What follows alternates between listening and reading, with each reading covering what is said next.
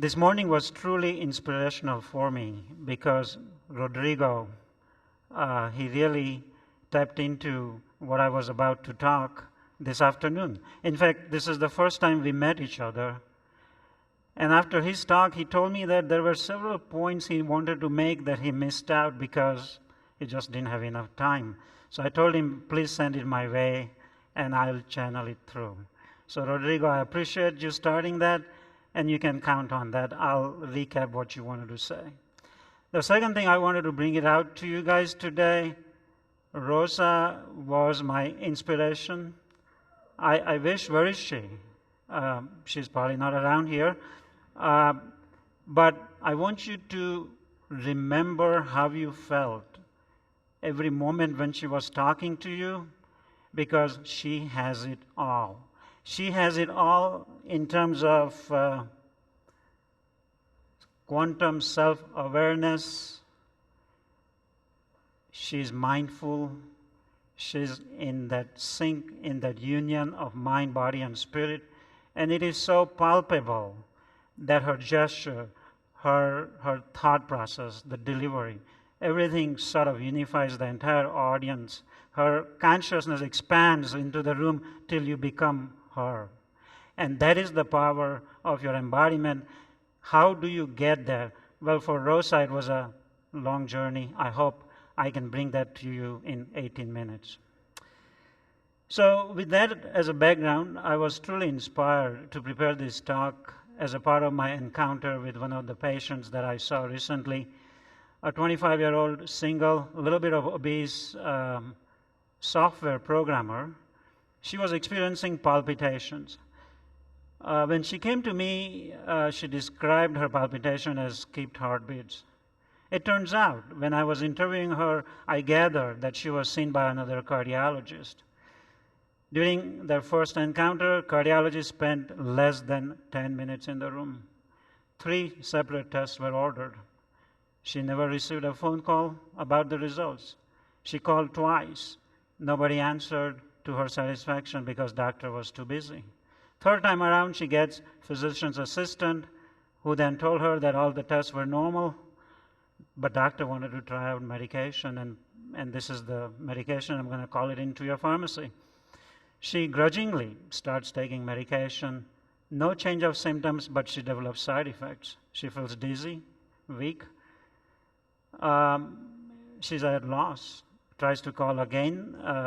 Ultimately, cardiologist comes on the phone and says, look, all the tests were normal. I gave you medication. That didn't work. I really don't know what's wrong with you, and as a result, there is not much I can offer you. So at that point, she decided to make an appointment to see me as looking for an additional help.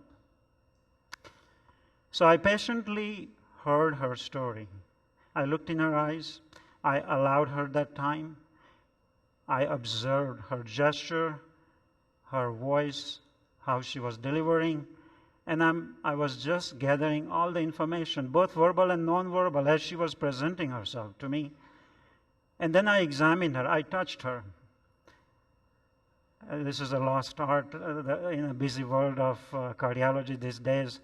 The only way we touch patients these days is by doing tests. But I touched her, and I realized that her exam was essentially unremarkable, except she had a few skipped heartbeats. So as a part of my history and exam, I gathered that here is a young lady. She is remarkably anxious. I delved into her social history. She was very stressed at work. She had tremendous financial difficulties, was not sleeping well, not eating healthy, exhausted, and most of all, she was all by herself, and nobody in the city to either turn to for help or guidance. And so after this process, I realized that fundamentally there was really nothing wrong with her heart.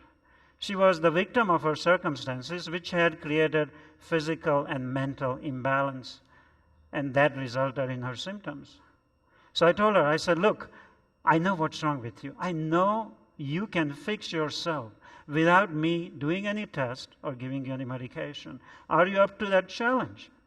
And she goes, what do you mean? Well, it turns out that she had done extensive internet research and this was not one of the options listed. You know, these days, that's another factor that I have to deal with. When patients come to me, they know more than I do.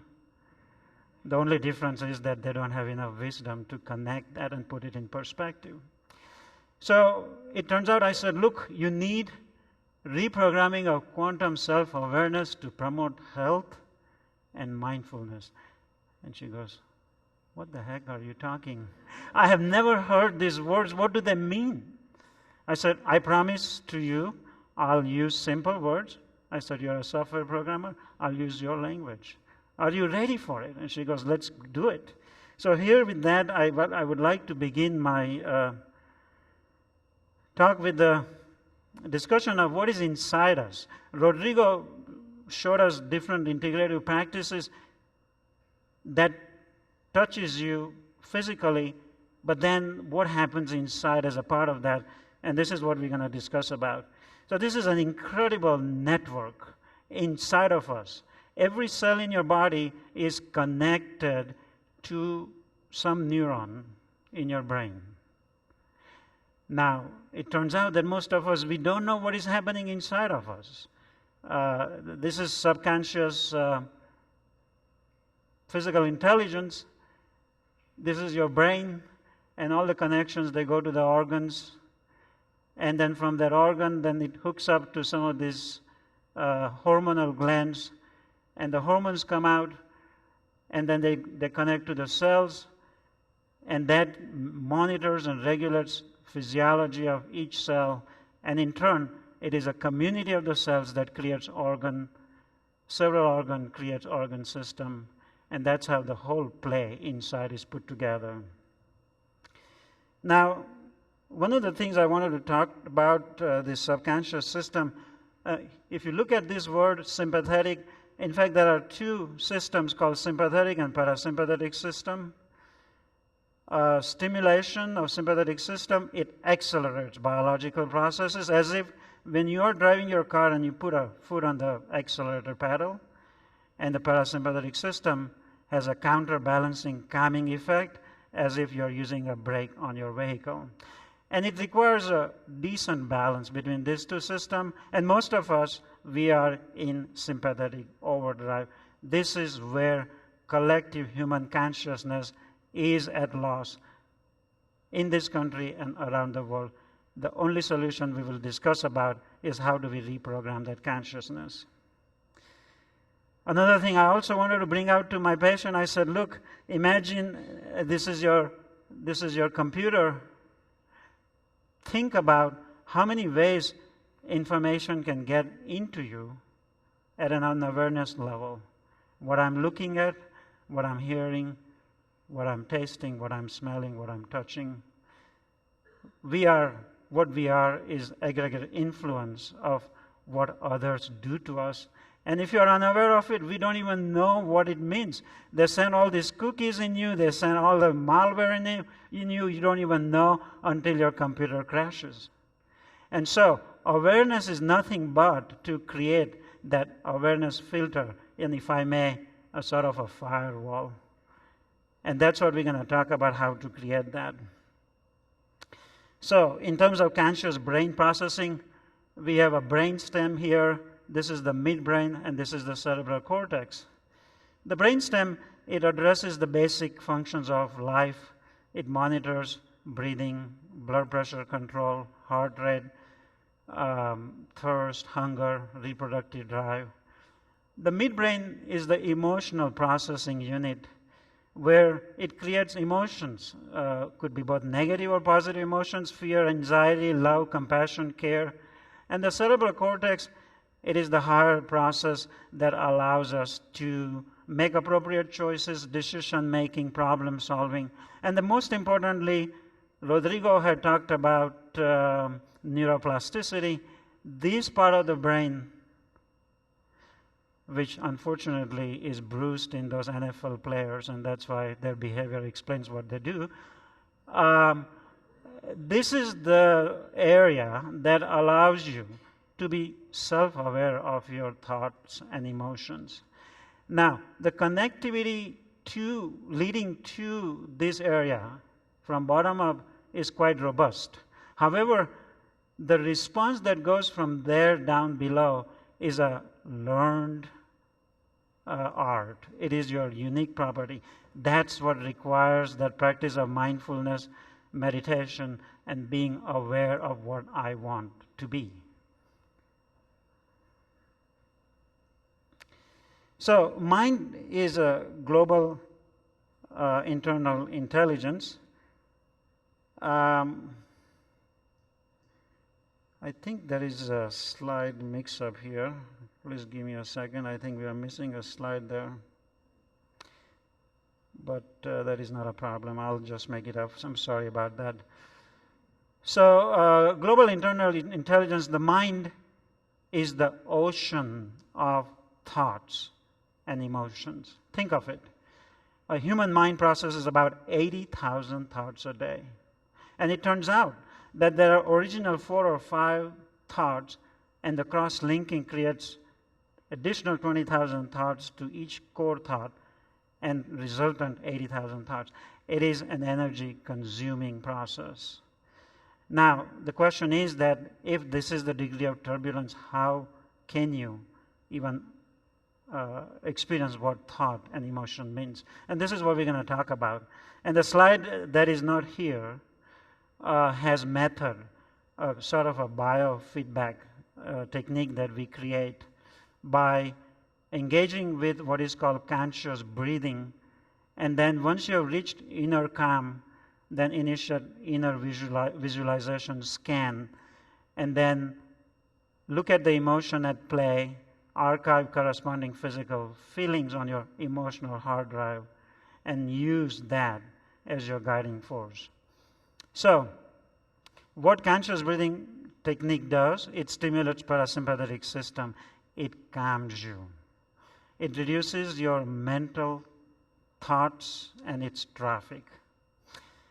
It converts ocean to the lake with perfectly still surface where you can see each bubble and the ripple. And once you know what you are seeing, then you can analyze that, what it means, and how can I change that.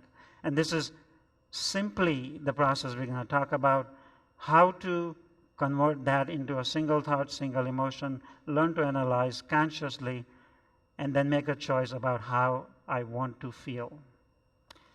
So I'm going to demonstrate to you about this conscious breathing technique, and then we're all going to do it together for 3 to 4 breaths. I want you to experience that instantaneous mental and physical relaxation that you experience. And right after that, I want you to initiate an inner visualization scan where you start from your head and go down all the way to your toes, with each breath flowing in and out. Just sort of come down slowly and examine how do you feel in your body. And this is the way you're going to try to take an emotion and then archive corresponding physical feeling, imprint that, this is what I like, this is what I don't like. And if you then become a master of that practice, you can create what I call it equanimity state, which is the state of utmost physical and mental coherence. And that is what we want to strive for if you want to reduce human suffering and enjoy quite a fulfilling life. So there are 3 steps to this breathing technique. Step number 1, you're going to sit upright, straighten up your back, and then you're going to take a deep breath in through your nose. Everything is at a slow pace. And then you take a deep breath in, and then you hold it. At that point, I sort of pretend this is my own technique, as if I'm extracting all the physical and the mental noise and trapping into that breath. And then as you exhale, you're going to exhale it through your mouth in a very slow, prolonged fashion, with that visualization that I'm dumping all that noise out of me, getting rid of it, and in the process realizing that internal physical and mental relaxation. So I'm going to demonstrate that to you once, how I do it. And then you guys may want to hear just simply my noise as nonverbal commands, because if I speak in between, it will disturb your inner experience. Okay, so here is how it goes.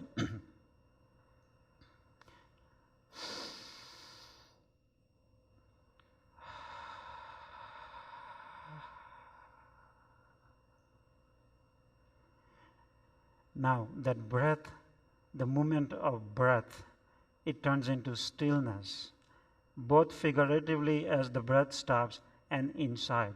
Give yourself a little space. Experience that relaxation before you go for the second one. Okay? Are we guys ready? Let's do it.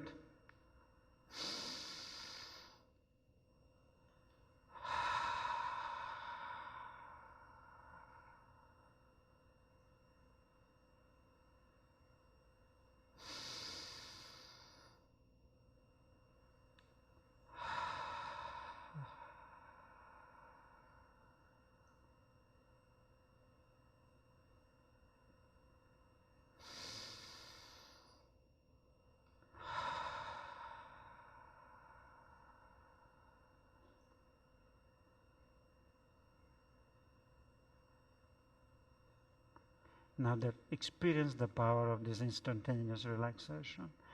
Now, once you are in that state, you have converted ocean into lake. Now scan yourself. I'm going to give you another 30 seconds here from top to the bottom. As you take slow, deep breath, continue that practice, continue that relaxation, and at the same time scan your body.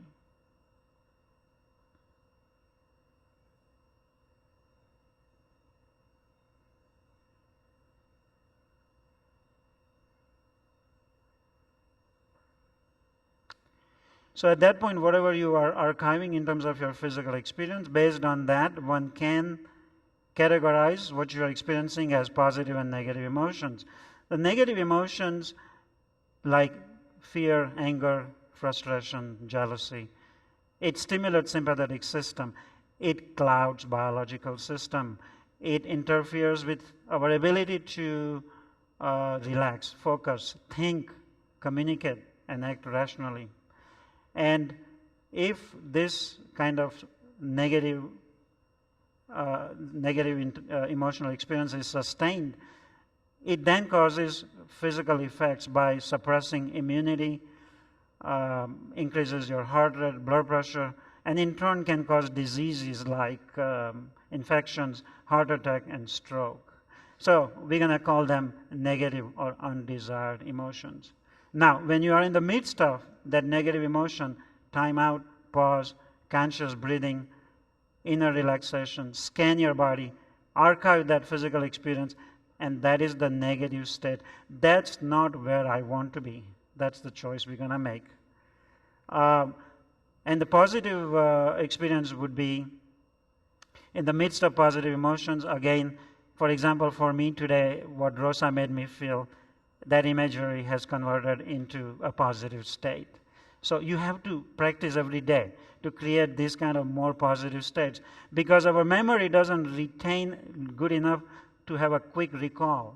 So as a result, every day you have to create these positive experiences and keep on archiving, because I'm going to talk about it, what we do in the harmonization process.